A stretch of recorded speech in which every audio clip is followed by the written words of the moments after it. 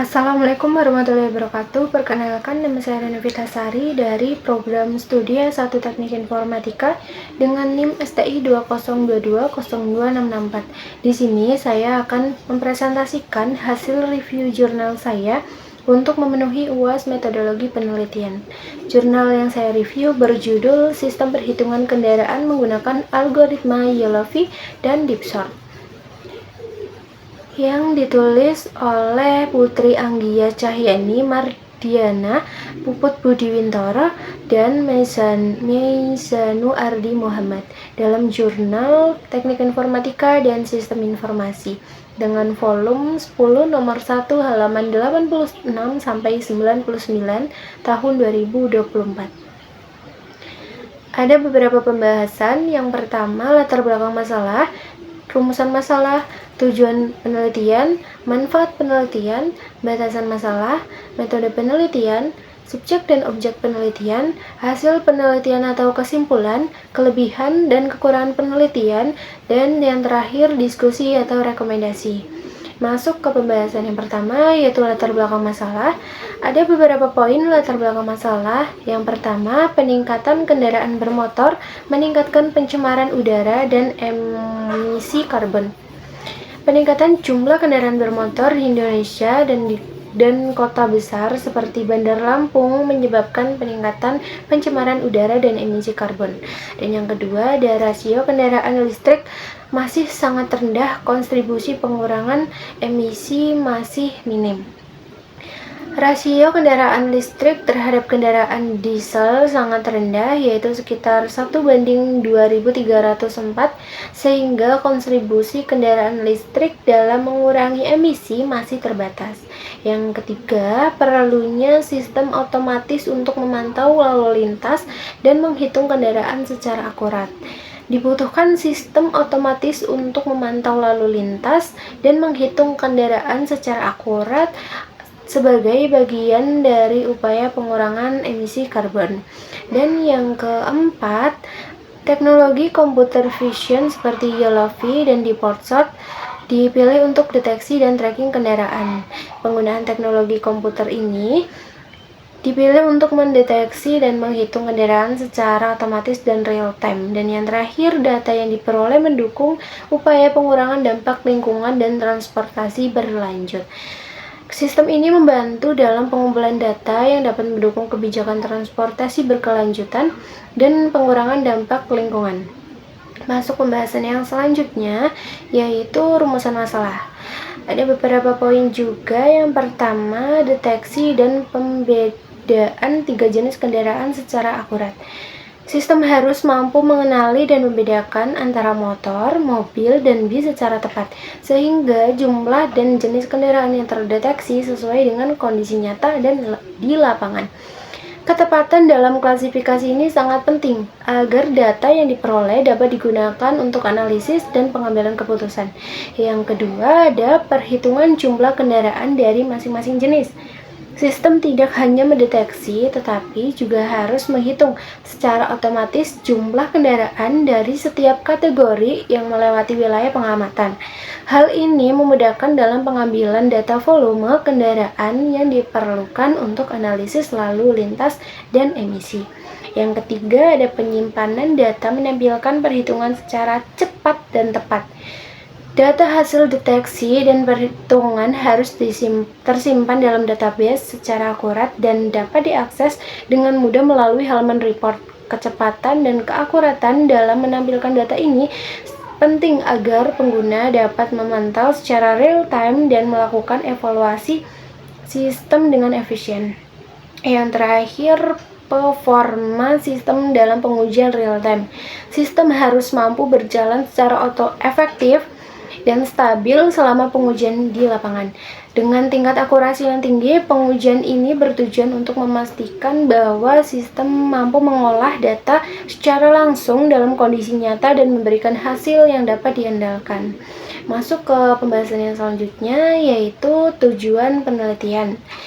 Ada beberapa tujuan penelitian. Yang pertama, membangun sistem deteksi dan menghitung kendaraan secara otomatis. Tujuan utama dari penelitian ini adalah mengembangkan sebuah sistem berbasis computer vision yang mampu mendeteksi, membedakan, dan menghitung 3 jenis kendaraan seperti motor, mobil, dan bis secara otomatis dan akurat di area kawasan jalan kampus Universitas Lampung. Yang kedua, menggunakan algoritma YOLOV dan Deport Sort. Sistem yang dibangun mengintegrasikan algoritma YOLOV untuk deteksi objek dan deep sort untuk melacak objek, sehingga dapat melakukan perhitungan kendaraan secara efektif dan real time. Yang ketiga, ada memastikan sistem mampu menyimpan dan menampilkan hasil perhitungan. Selain deteksi dan perhitungan, tujuan lainnya adalah agar hasil perhitungan tersebut bisa disimpan ke dalam database serta ditampilkan melalui halaman laporan atau report secara akurat dan tepat waktu. Yang keempat, menguji kinerja sistem secara real time. Sistem juga dirancang untuk menguji kehandalannya dalam pengoperasiannya langsung di lapangan, guna memastikan bahwa sistem dapat berjalan dengan performa yang baik dan akurat sesuai indikator yang telah ditetapkan. Dan yang terakhir, menjadi langkah awal pengembangan sistem penghitungan emisi kendaraan. Penelitian ini bertujuan sebagai fondasi dalam pengembangan sistem untuk memantau emisi karbon secara otomatis dari kendaraan bermotor di kawasan tertentu, guna mendukung program pengurangan pencemaran udara dan emisi karbon. Secara umum, tujuan dari penelitian ini adalah untuk menciptakan sistem otomatis yang efektif dalam deteksi, perhitungan, penyimpanan, dan penampilan kendaraan secara real-time guna mendukung penelitian pencemaran dan pengelolaan lalu lintas yang lebih baik. Pembahasan yang selanjutnya yaitu manfaat penelitian. Ada beberapa manfaat penelitian. Yang pertama, mempercepat proses monitoring kendaraan secara otomatis. Sistem memungkinkan identifikasi dan perhitungan kendaraan dilakukan secara otomatis dan real-time, mengurangi kebutuhan pengamatan manual. Yang kedua, mendukung pengurangan emisi karbon melalui pengelolaan lalu lintas yang lebih baik. Dengan data kendaraan yang akurat, pihak terkait dapat mengambil kebijakan untuk mengelola volume kendaraan dan mengurangi emisi. Yang ketiga, meningkatkan akurasi dalam deteksi dan penghitungan kendaraan. Penggunaan algoritma YOLOV dan Deport Sort mampu meningkatkan tingkat akurasi dalam mendeteksi berbagai jenis kendaraan secara otomatis. Yang selanjutnya, memberikan solusi praktis untuk pemantauan lalu lintas di area tertentu. Sistem ini dapat diterapkan di lingkungan seperti kampus atau area lain yang memerlukan monitoring lalu lintas secara cepat dan efisien. Dan yang terakhir, ada menjadi dasar pengembangan sistem deteksi kendaraan yang lebih komprehensif di masa depan. Hasil penelitian ini dapat dikembangkan lebih lanjut untuk mengidentifikasi jenis kendaraan lain dan membedakan sumber energi kendaraan. Pembahasan yang selanjutnya yaitu batasan masalah. Batasan masalah yang pertama yaitu hanya membedakan 3 jenis kendaraan, yaitu seperti motor, mobil, dan bus. Sistem dirancang untuk mengenali dan menghitung kendaraan hanya 3 jenis kendaraan tersebut, tidak termasuk kendaraan lain seperti truk dan sepeda motor listrik. Yang kedua, tidak membedakan kendaraan listrik dengan kendaraan berbahan bakar fosil. Sistem tidak mampu mengenali perbedaan sumber energi kendaraan, sehingga semua kendaraan diklasifikasikan berdasarkan jenisnya tanpa detail bahan bakar. Yang ketiga, dataset yang digunakan memiliki jumlah data yang tidak seimbang antar kelas. Jumlah data untuk masing-masing kelas kendaraan tidak sama, yang berpotensi mempengaruhi akurasi deteksi untuk kelas dengan data lebih sedikit. Yang keempat, pengujian dan implementasi terbatas di lingkungan kampus Universitas Lampung. Sistem hanya diuji di area tertentu, yakni kawasan sekitar kampus, sehingga hasilnya belum berlaku untuk umum area luar kampus. Dan yang terakhir, ada pengembangan mengikuti metode Scrum terbatas pada sprint dan yang dirancang. Proses pengembangan mengikuti siklus Scrum, namun lingkup dan tahapannya dibatasi sesuai rencana sprint yang telah dibuat tanpa memasukkan perubahan besar di luar jalur tersebut. Pembahasan yang selanjutnya yaitu metode penelitian. Penelitian ini menggunakan metode Scrum, yaitu kerangka kerja mengembangkan sistem yang bersiklus interaktif dan inkremental, memungkinkan tim untuk mengelola proses secara fleksibel dan beradaptasi selama pengembangan. Ada beberapa poin yang menunjukkan bahwa penelitian ini berbasis pada pengumpulan, pengukuran, dan analisis data kuantitatif untuk menilai performa sistem secara objektif, yaitu yang pertama ada pengukuran dengan data numerik. Sistem dievaluasi menggunakan indikator numerik seperti precision, recall, F1 score, dan akurasi yang menunjukkan pengukuran kuantitatif. Yang kedua, pengujian real-time dan hasil data objektif. Pengujian dilakukan secara real-time dengan data yang diukur dan dibandingkan secara statik seperti jumlah kendaraan dan tingkat kesalahan perhitungan. Yang ketiga, penggunaan confusion metric. Penggunaan confusion metric untuk mengukur performa sistem adalah metode kuantitatif yang mengukur keberhasilan sistem dalam mendeteksi dan menghitung kendaraan. Yang keempat, pengumpulan data dalam bentuk gambar dan statik. Dataset berupa gambar dan data pengukuran yang diolah menjadi angka-angka statik untuk analisis kinerja sistem. Dan yang terakhir, pengujian sistem dengan skenario tertentu. Pengujian black box testing yang fokus pada hasil dan kinerja sistem tanpa memasukkan aspek subjektif dan interpretatif. Pembahasan yang selanjutnya yaitu subjek dan objek penelitian. Subjek penelitiannya yaitu yang pertama, sistem deteksi dan perhitungan kendaraan otomatis. Sistem yang dibangun dan diuji untuk mendeteksi serta menghitung kendaraan secara otomatis menggunakan teknologi computer vision seperti Yellow5 dan Deep Sort. Yang kedua, pengujian performa sistem secara real time, melibatkan pengamatan dan pengukuran kinerja sistem saat berjalan secara langsung termasuk tingkat akurasi dan efisiensinya. Yang ketiga, pengumpulan data visual kendaraan di Universitas Lampung. Data yang digunakan berupa gambar kendaraan yang diambil di sekitar wilayah kampus untuk keperluan pelatihan dan pengujian. Subjek merujuk pada apa yang menjadi fokus utama penelitian, yakni sistem yang dibuat dan diuji. Yang selanjutnya ada objek penelitian. Yang pertama ada jenis kendaraan, yaitu motor, mobil, dan bus. Fokus utama objek yang dideteksi dan dihitung oleh sistem adalah 3 jenis kendaraan tersebut. Yang kedua, hasil perhitungan kendaraan. Data hasil perhitungan jumlah kendaraan dan sistem dan manual sebagai objek yang dibandingkan untuk menilai keakuratan. Yang ketiga, confusion metric dan hasil pengujian. Data yang diperoleh dari pengujian terkait performa prediksi dan pengenalan kendaraan yang menjadi objek evaluasi sistem. Objek penelitiannya adalah data dan performa nyata, yaitu kendaraan dan hasil perhitungannya yang diamati dan dianalisis untuk menilai performa sistem. Bahasan yang selanjutnya yaitu hasil penelitian atau kesimpulan. Dalam hasil penelitian ada beberapa poin. Yang pertama, sistem dapat mengenali 3 jenis kendaraan secara tepat. Sistem berhasil mengidentifikasi motor, mobil, dan bus dengan tingkat akurasi yang tinggi. Yang kedua, sistem mampu menghitung kendaraan yang terdeteksi dengan akurat. Perhitungan jumlah kendaraan dari sistem mendeteksi hasil perhitungan manual menunjukkan performa yang baik. Yang ketiga, hasil perhitungan disimpan ke dalam database dan ditampilkan pada halaman report.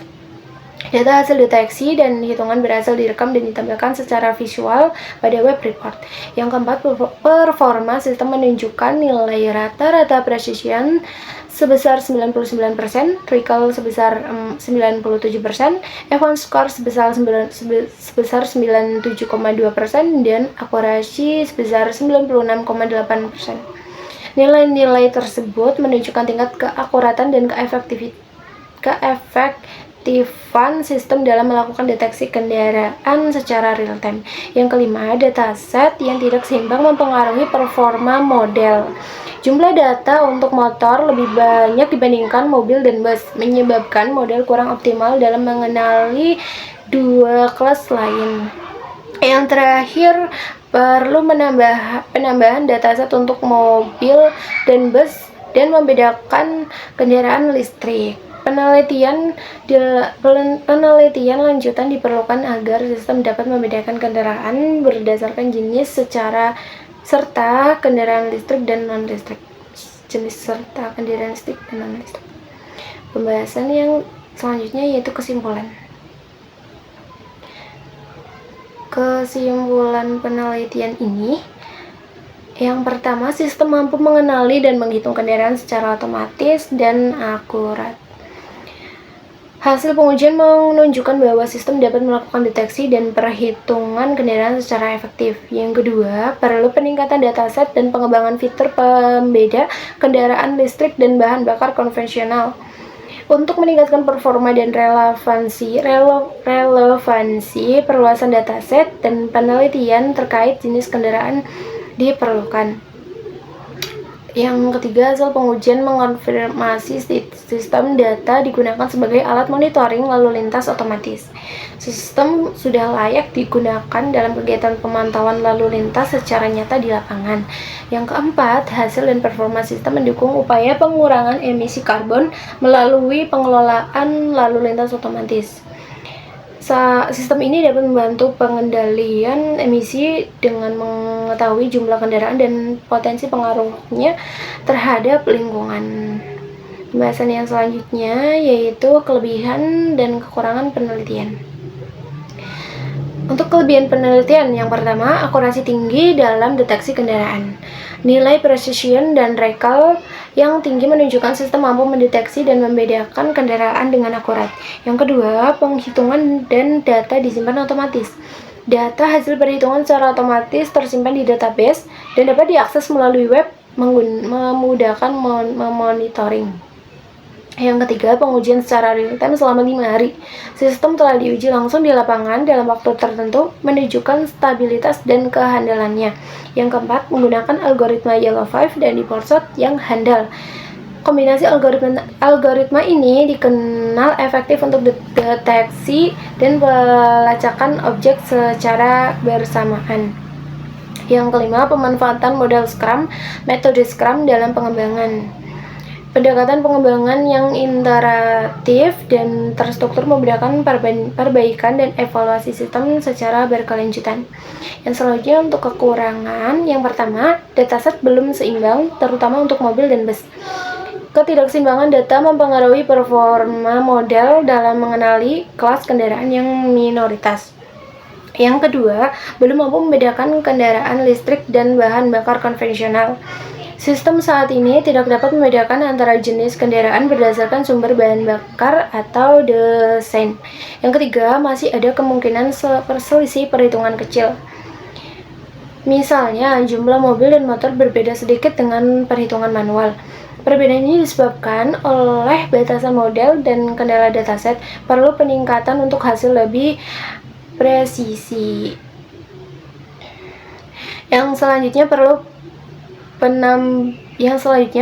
penambahan dataset dan pelatihan lanjutan. Untuk meningkatkan akurasi dan generalisasi, diperlukan pengumpulan data yang lebih lengkap dan variasi kendaraan. Yang kelima, pengujian terbatas pada waktu tertentu dan kondisi tertentu. Sistem diuji secara terbatas pada jam tertentu, sehingga saat digunakan di luar waktu tersebut performanya mungkin berbeda. Pembahasan yang selanjutnya yaitu diskusi dan rekomendasi. Yang pertama, diskusi. Kinerja sistem sangat baik, namun masih ada kekurangan pada dataset. Meskipun akurasi tinggi, ketidakseimbangan dataset dapat menurunkan performa di kondisi nyata. Yang kedua, pengembangan sistem perlu diperkaya dengan data lebih lengkap. Menambahkan variasi data kendaraan akan membantu model mengenali kendaraan secara lebih akurat dan luas. Yang ketiga, model belum mampu membedakan kendaraan listrik dan bahan bakar konvensional. Penambahan fitur pengenalan jenis kendaraan akan membantu dalam analisis emisi dan kebijakan transportasi. Yang selanjutnya ada rekomendasi. Yang pertama, penambahan dataset yang seimbang dan beragam. Mengumpulkan lebih banyak data untuk tiap jenis kendaraan, termasuk kendaraan listrik untuk meningkatkan akurasi dan regeneralisasi model. Yang kedua, pelatihan ulang dengan data yang baru dan teknik augmentasi.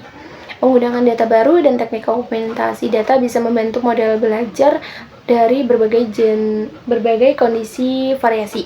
Yang ketiga, mengintegrasikan fitur klasifikasi sumber bahan bakar kendaraan. Mengembangkan model agar dapat membedakan kendaraan listrik dan non-listrik secara otomatis untuk analisis emisi lebih akurat. Dan yang terakhir, lakukan pengujian di berbagai kondisi dan waktu yang lebih variatif, memberikan gambaran performa sistem di berbagai situasi nyata di luar waktu pengujian terbatas. Sekian presentasi dari saya, kurang lebihnya saya mohon maaf. Terima kasih. Wassalamualaikum warahmatullahi wabarakatuh.